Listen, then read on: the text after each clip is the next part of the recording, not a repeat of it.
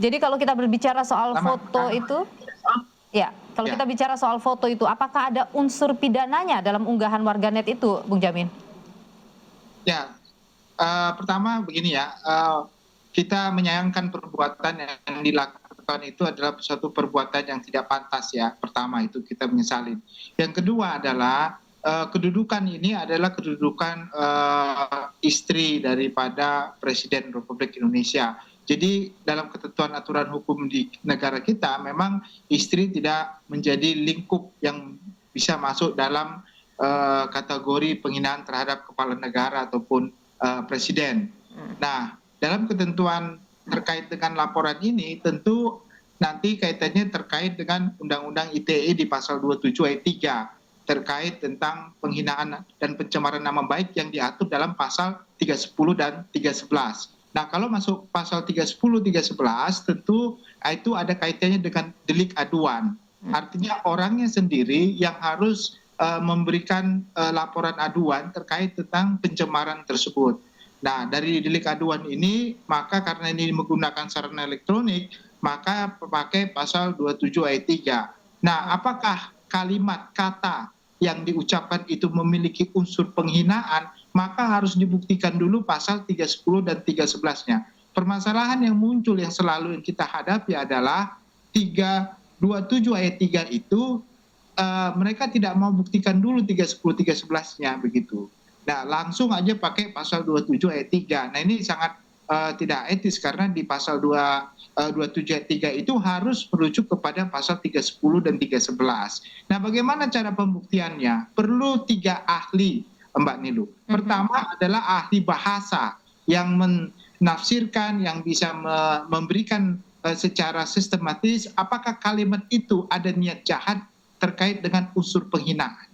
Yang kedua, apakah benar pelaku itu adalah orang yang mengirimkan melalui sarana elektronik tersebut adalah orang itu, atau ada orang lain yang mentransmisikannya. Yang ketiga adalah ahli pidana tentunya untuk menerapkan ketentuan pasal 2310 dan 311 itu dapat dipenuhi. Nah, itu yang harus dibuktikan, Mbak Nilu. Oke, jadi kalau kita merujuk pada unggahan tersebut, kalau dari kacamata Anda itu bisa dilaporkan, artinya ada pidana yang bisa dibawa ke polisi begitu? Ya, terkait dengan dugaan, ya Bisa. kita lihat konteksnya. Karena kalau pencemaran nama baik itu adalah langsung kepada personal orang tersebut. Oke. Nah, apakah kaitan ini menyangkut tentang personal yang ditujukan itu adalah ibu negara, atau dalam kalimat tersebut dia tidak memiliki kehendak untuk menyampaikan itu merujuk kepada ibu negara. Nanti ahlinya, Oke. bahasa dan situasi itu akan menentukan apakah itu merujuk kepada personalnya. Begitu. Oke. Nah, kalau sekarang ini kan polisi juga menyebut sudah mulai bergerak ya untuk melihat siapa pelakunya atau yang mengunggah itu. Jadi kalau Anda mau melihat apa yang dilakukan oleh polisi gimana? Ya, tentu pertama kalau sudah polisi melakukan penyelidikan, tentu sudah ada laporan. Nah, laporan itu berdasarkan pengaduan. Nah, pertanyaannya apakah ibu negara kita sudah mengadukan hal itu kepada pihak kepolisian, atau itu atas inisiatif daripada polisi sendiri ya? Kalau misalnya ini delik aduan, berarti kan tidak bisa polisi yang bergerak sendiri. Oh, tidak bisa, Oke, tidak. Polisi artinya tidak bisa. Anda membaca sudah, kalau sampai sudah diproses oleh polisi, artinya Anda membaca sudah ada yang melaporkan. Kelihatannya kalau memang sudah masuk proses penyelidikan, berarti kan sudah ada aduan terkait dengan Twitter yang sudah Oke. disampaikan.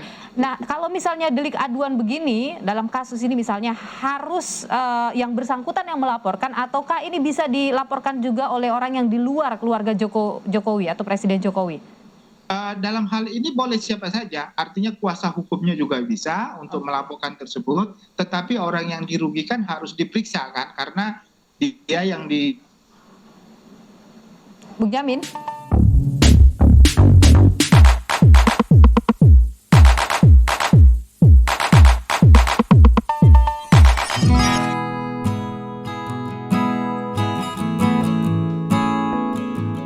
Assalamualaikum warahmatullahi wabarakatuh. Berjumpa kembali di channel Cendekia Muslim.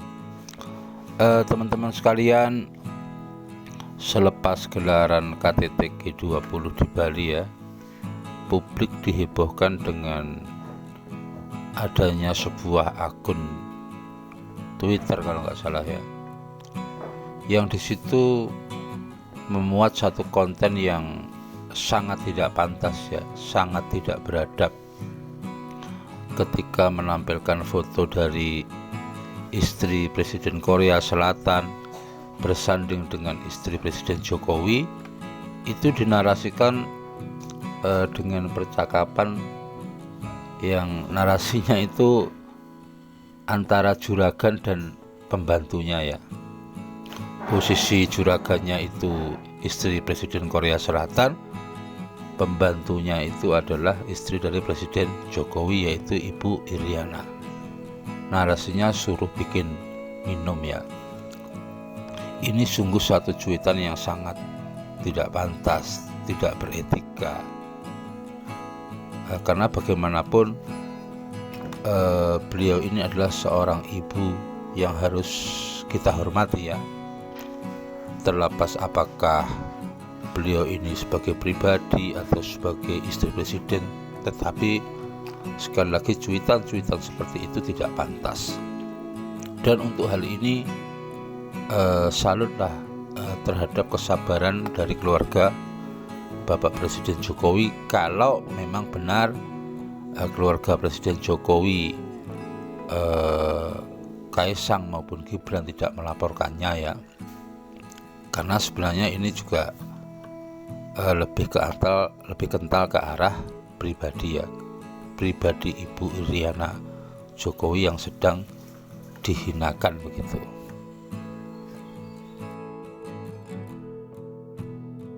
Teman-teman sekalian, sekali lagi ya, aku pribadi mengecamlah adanya tweetan seperti itu ya.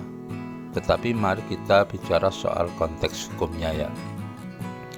Sesuai dengan berita yang ada, Mabes Polri telah melakukan penyelidikan terhadap akun tersebut ya, akun atas nama Koprofil Jati, yang kemudian akun tersebut sebenarnya sudah melakukan klarifikasi dan permintaan maaf dengan menghapus cuitan tersebut, membuat cuitan baru yang isinya meminta maaf. Sesuai dengan berita yang ada, penyelidikan tersebut dilakukan oleh Barreskrim berawal dari patroli cyber ya, dan mereka atau tim Barreskrim Polri tersebut menyatakan telah menemukan unsur pidana dan sedang memburu pelakunya. Tetapi teman-teman sekalian, kalau kita berbicara pada konteks hukum ya, seperti yang disampaikan oleh Bapak Ginting Yamin tersebut ya, tadi ya, Bapak Ginting Yamin dalam video tadi selaku salah satu pakar hukum dari Universitas Pelita Harapan itu mengatakan kalau yang dihinakan itu adalah Iriana Jokowi, tentu ini terkait dengan pasal 310, pasal 311 KUHP ya. Intinya itu adalah penghinaan, pencemaran nama baik atau fitnah. Dua pasal ini biasanya bertalian. Dan karena itu dilakukan di media sosial, itu dijuntokan ya, atau dihubungkan dengan pasal 27 ayat 3 Undang-Undang ITE, soal pencemaran nama baik atau fitnah. Kalau ini sih lebih kental pada penghinaan atau pencemaran nama baik. Sekali lagi, dari pakar hukum tadi mengatakan bahwa ini seharusnya baru bisa diproses itu kalau ada aduan dari korban, karena pasal ini sifatnya personal. Jadi kalau tim dari Mabes Polri kemudian melakukan penyelidikan terhadap perkara tersebut, sementara dari yang bersangkutan atau Iriana Jokowi itu belum melakukan pelaporan, ya ini terkesan ya agak lucu ya. Karena mau tidak mau yang namanya pencemaran nama baik itu sifatnya personal. Jadi aduan di mana korban itu sendiri yang harus melakukan pengaduan, baik pengaduan secara langsung maupun melalui kuasa hukumnya, tetapi sekali lagi yang bersangkutan harus juga diperiksa sebagai korban. Teman-teman sekalian, Tapi ya kita nggak tahu ya alasan dari Barreskrim melakukan penyelidikan, meskipun ya seandainya ya tidak pernah ada aduan dari Iriana Jokowi. Apakah tim Barreskrim itu sedang melakukan satu kreativitas atau inovasi yang menjadi dasar tindak lanjut dari perkara ini ya, dari dasar penyelidikannya. Karena memang kalau yang dihina ini presiden gitu mudah sekali ya menghubungkannya dengan pasal 207 KUHP, penghinaan terhadap kekuasaan negara atau lembaga negara. Dan mungkin inovasinya ya, meskipun sebenarnya istri itu bukan ruang lingkup kepresidenan, tetapi situasi atau kondisi yang melingkupi ketika Iriana Jokowi dan istri Presiden Korea Selatan itu berfoto, itu situasinya situasi kelembagaan ya, di mana itu dilakukan dalam situasi KTT G20. Mungkin saja kalau menurutku ya, ini tidak serta-merta pasal 310, 31 KUHP atau pasal 27 ayat 3 Undang-Undang ITE tentang pencemaran nama baik atau penghinaan. Mungkin ini akan ditarik ke pasal 207, yaitu penghinaan terhadap kekuasaan atau lembaga negara, di mana itu membuat satu konstruksi bahwa kehadiran Iriana Jokowi sebagai istri presiden itu dalam situasi resmi kelembagaan negara. Aku yakin nariknya ke arah situ. Dan kemudian kalau kita lihat di beberapa kasus yang lain ya, terkait dengan penghinaan kepada Presiden Jokowi itu biasanya ditarik pula pasal-pasal yang lain, ujaran kebencian berdasarkan sara, meskipun terbukti atau tidak, setidaknya ke arah antar golongan begitu. Ya macam-macam lah kalau sangkaan itu bisa dihubung-hubungkan gitu ya. Atau yang mungkin relevan ya, aku nggak tahu juga ya dalam perkara ini ya, ditarik ke Undang-Undang Nomor 1 Tahun 1946 tentang hoax, pasal 13 atau pasal 14 atau pasal 15 ya, tentang berita bohong. Ya mungkin saja dianggap ya bahwa menarasikan Iriana Jokowi sebagai seorang pembantu itu kan kebohongan itu. Ya bisa jadi ya. Jadi kadang-kadang ada inovasi-inovasi yang dilakukan oleh pihak penyelidik maupun penyidik. Tetapi sekali lagi teman-teman sekalian, kalau hanya berkutat pada pencemaran nama baik ini nggak bisa tanpa aduan dari yang bersangkutan.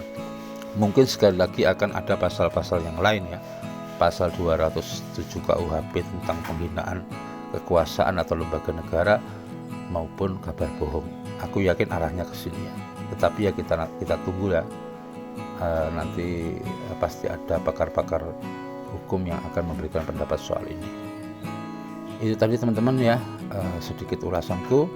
Sekali lagi apa yang dilakukan ini sebuah hal yang sangat tidak pantas. Tetapi melakukan proses hukum terhadap perkara ini harus dengan konstruksi hukum yang baik, yang jitu, yang sesuai dengan peraturan dan perundang-undangan, agar tidak menjadi presiden buruk ya, membuat satu proses hukum tanpa dasar. Demikian kurang lebihnya, mohon maaf. Assalamualaikum warahmatullahi wabarakatuh.